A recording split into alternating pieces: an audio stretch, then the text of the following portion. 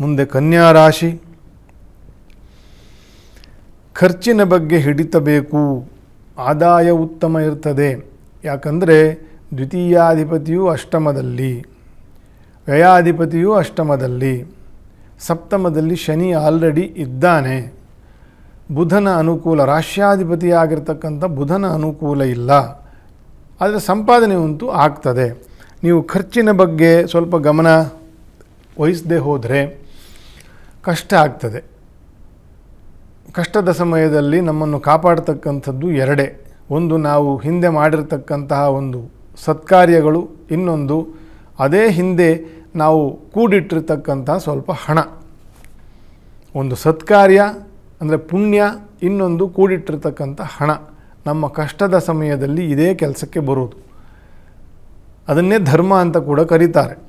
ಹಾಗಾಗಿ ಖರ್ಚಿನ ಬಗ್ಗೆ ಸ್ವಲ್ಪ ಗಮನ ಇರಲಿ. ಆರೋಗ್ಯದ ಕಡೆ ಕೂಡ ಸ್ವಲ್ಪ ಗಮನ ಇರಬೇಕು. ಡಿಹೈಡ್ರೇಷನ್ನಿಂದ ಬಳಲ್ತಕ್ಕಂತಹ ತಿಂಗಳು ಕೂಡ ಏಪ್ರಿಲ್ ಮೇನಲ್ಲಿ ನಡೀತದೆ. ನಾನಾ ಭಾಗದ ಜನರಲ್ಲಿ, ನಾನಾ ದಿಕ್ಕಿನ ಜನರಿಗೆ 44 ಡಿಗ್ರಿ 45 ಡಿಗ್ರಿ ಹೋಗ್ತದೆ ಏಪ್ರಿಲ್ ಮೇನಲ್ಲಿ.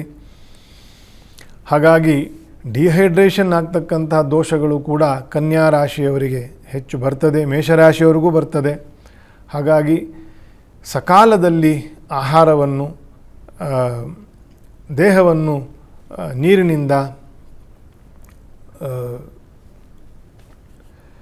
ತುಂಬಿಸಿಕೊಂಡು ಸರಿಯಾಗಿರ್ತಕ್ಕಂತಹ ಒಂದು ಕಾಲದಲ್ಲಿ ನಿದ್ರೆ, ಇಂಥದ್ದನ್ನೆಲ್ಲ ಸ್ವಲ್ಪ ಆರೋಗ್ಯದ ಕಡೆ ಗಮನ ಇಟ್ಟುಕೊಂಡು ಮುಂದೆ ಹೋಗಬೇಕು.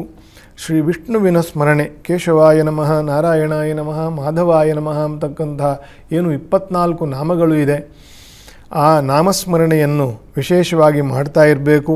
ಕನ್ಯಾ ರಾಶಿಯವರಿಗೆ ಆರೋಗ್ಯವು ಮತ್ತು ಮಾನಸಿಕವಾಗಿರ್ತಕ್ಕಂತಹ ದೃಢತೆಯು, ದೈವಾನುಕೂಲವು ಬರ್ತದೆ ಕನ್ಯಾ ರಾಶಿಗೆ.